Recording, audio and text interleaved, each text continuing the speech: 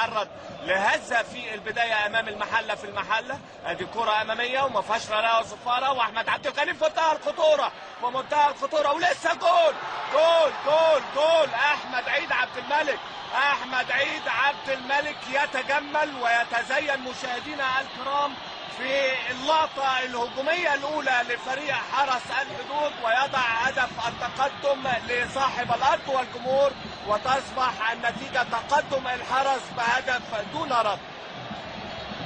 كرة في الجبهة اليسرى وتوغل من أحمد عبد الغني، وادي فرحة الجماهير اللي جاية بتؤازر فريق حرس الحدود.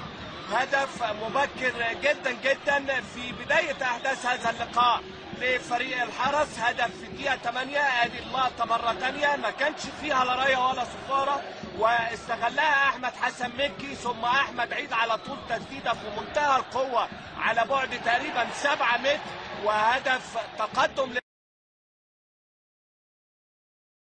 كرة ولكن مقروءة جدا. ترجع مرة تانية لحسام، حسام بيلعب واحدة أمامية، المرة دي المتابعة موجودة من فتحي، وادي العرضية حلوة، جول جول جول جول جول.